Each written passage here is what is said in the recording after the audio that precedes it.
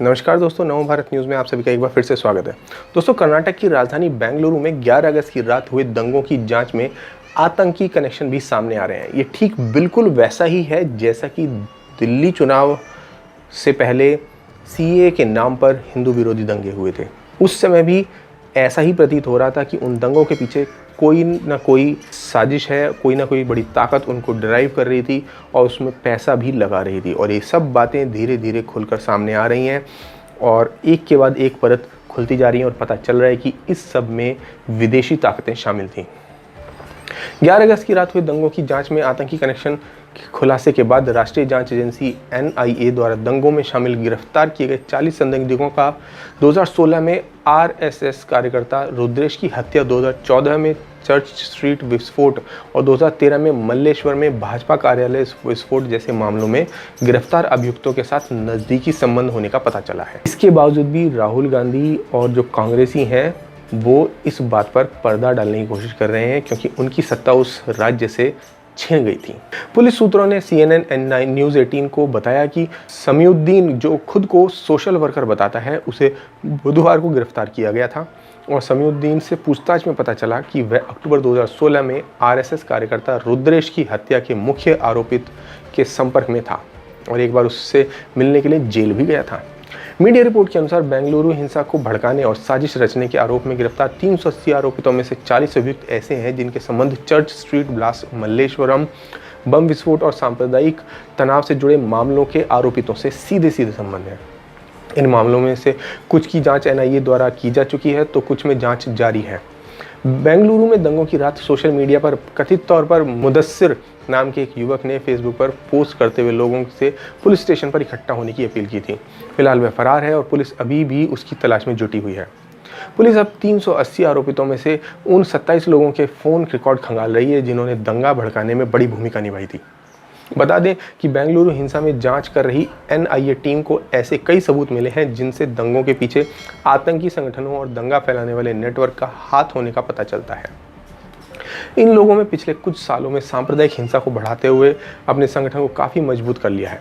Police ने अब तक दंगों में शामिल 380 लोगों को गिरफ्तार किया है। इनमें से कई लोगों के संबंध social democratic party of India यानी एसडीपीआई और अल हिंद आतंकी समूह जैसे संगठनों से भी हैं। वहीं एक सेवारत आईपीएस अधिकारी ने न्यूज़ 18 को बताया कि democratic party of India SDPI ज़्यादातर मैंगलोर, मैसूर और बेंगलुरु में सक्रिय हैं। तो जैसा कि पता चलता है कि कर्नाटक में एसडीपीआई इन्वॉल्व थी तो वहीं दिल्ली में पीएफआई इन्वॉल्व थी और इन एसडीपीआई और पीएफआई का आपस में संबंध है, ये सब जानते हैं। एक दशक पहले बेंगलुरु में इसकी स्थापना की गई थी जब केजी हल्ली से भी इसका संचालन किया जाता था। इस संगठन पर कर्नाटक की पिछली कांग्रेस सरकार के दौरान भी प्रतिबंध लगाए जाने की तैयारी की गई थी, लेकिन कानूनी झंझट के कारण इस पर प्रतिबंध नहीं लगाया जा सका या जानबूझकर इस पर प्रतिबंध नहीं लगने दिया गया। पुलिस को जांच के दौरान हिंसा के पीछे की वजह का भी पता चला है। उनके अनुसार 11 अगस्त को डीजे हल्ली और आसपास के इलाकों में हुई हिंसा को पुलकेशी नगर के कांग्रेस विधायक आर अखंडा श्रीनिवास मूर्ति के एक रिश्तेदार द्वारा कथित रूप से सोशल मीडिया पर भड़काऊ पोस्ट डालने के बाद अंजाम दिया गया था, जिसके चलते इस्लामी कट्टरपंथियों द्वारा किए हिंसा में 3 लोगों की जान चली गई थी और सैकड़ों लोग घायल हो गए थे। तो यहाँ एक तो जिक्र है ऐसी सोशल पोस्ट का जिसके आधार पर इन दंगों के भड़काए जाने की बात कही जाती है। अब एक मैं दूसरे पोस्ट की बात करता हूँ, वो भी सोशल मीडिया से संबंधित है, लेकिन इस पोस्ट के बारे में जब आप सुनेंगे समझेंगे तो आपको पता चलेगा कि सोशल मीडिया का जो चेहरा है दरअसल किस तरह से चलता है। यानी कि जो सोशल मीडिया के जो मालिक हैं, जैसे आप कह लें सोशल मीडिया में अगर ट्विटर की बात कर लें तो उसके मालिक, या जो अगर आप फेसबुक के मालिकों की बात कर लें या गूगल के मालिकों की बात कर लें, तो इनके जो मालिक हैं वो ज़्यादातर ऐसी विचारधारा से आते हैं जो कभी भी भारत में राष्ट्रवाद की बातों को समर्थन नहीं करते,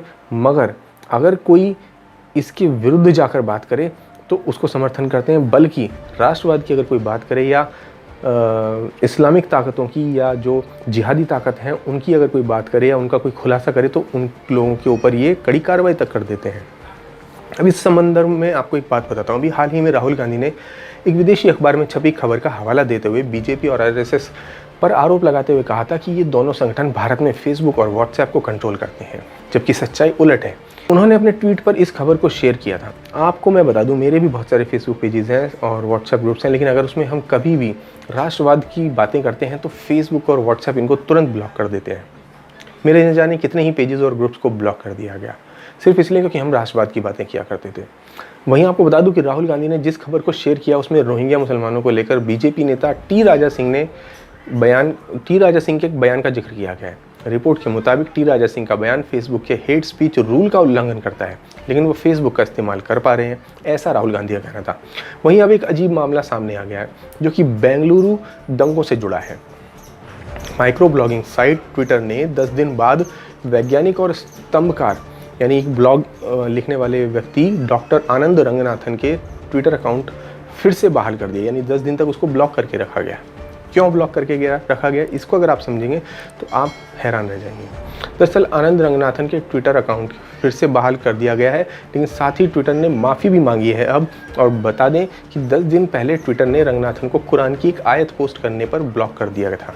यानी कि अगर आप कुरान की पोस्ट अगर आप करते हो तो ये जो ट्विटर है ये आपको ब्लॉक कर देगा, क्योंकि आप आनंद रंगनाथन हैं। तो अगर आनंद रंगनाथन एक कुरान की पोस्ट डाल रहे हैं तो ट्विटर का ये मानना होगा कि वो इस्लाम के कुछ खिलाफ ही बोल रहे होंगे और ट्विटर उसको ब्लॉक कर देगा। जबकि उन्होंने क्या लिखा वो समझिए।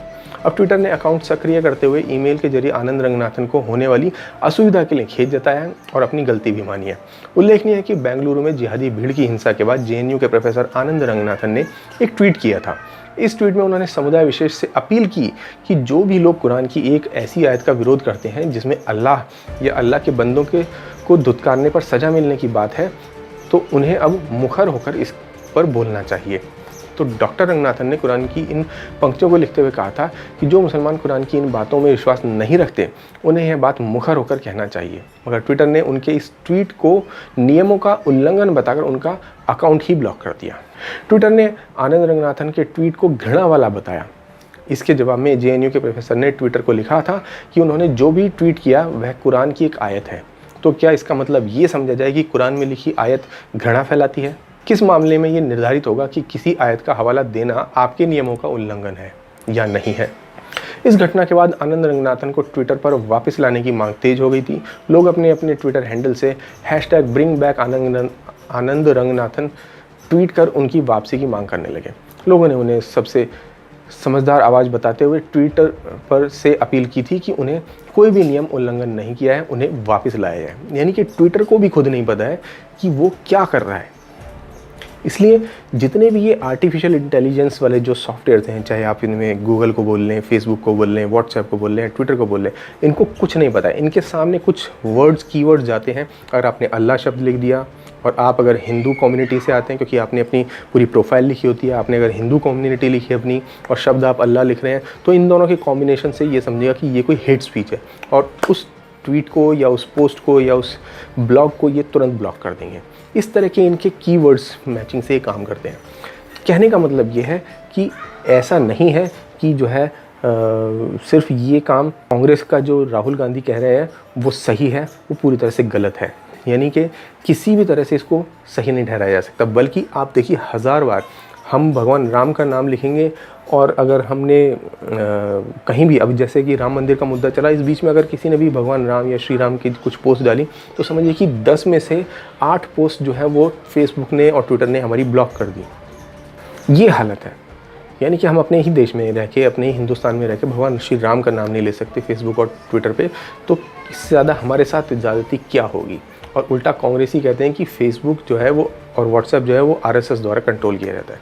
तो ये कभी भी नहीं हो सकता। तो दोस्तों, आपका इस पूरी खबर पर क्या विचार है हमें कमेंट बॉक्स में लिखकर ज़रूर बताएं। साथ ही साथ इस वीडियो को ज़्यादा से ज़्यादा शेयर करें। धन्यवाद। जय हिंद। अपने विचारों को कमेंट बॉक्स में लिखकर हम तक ज़रूर पहुँचाइए।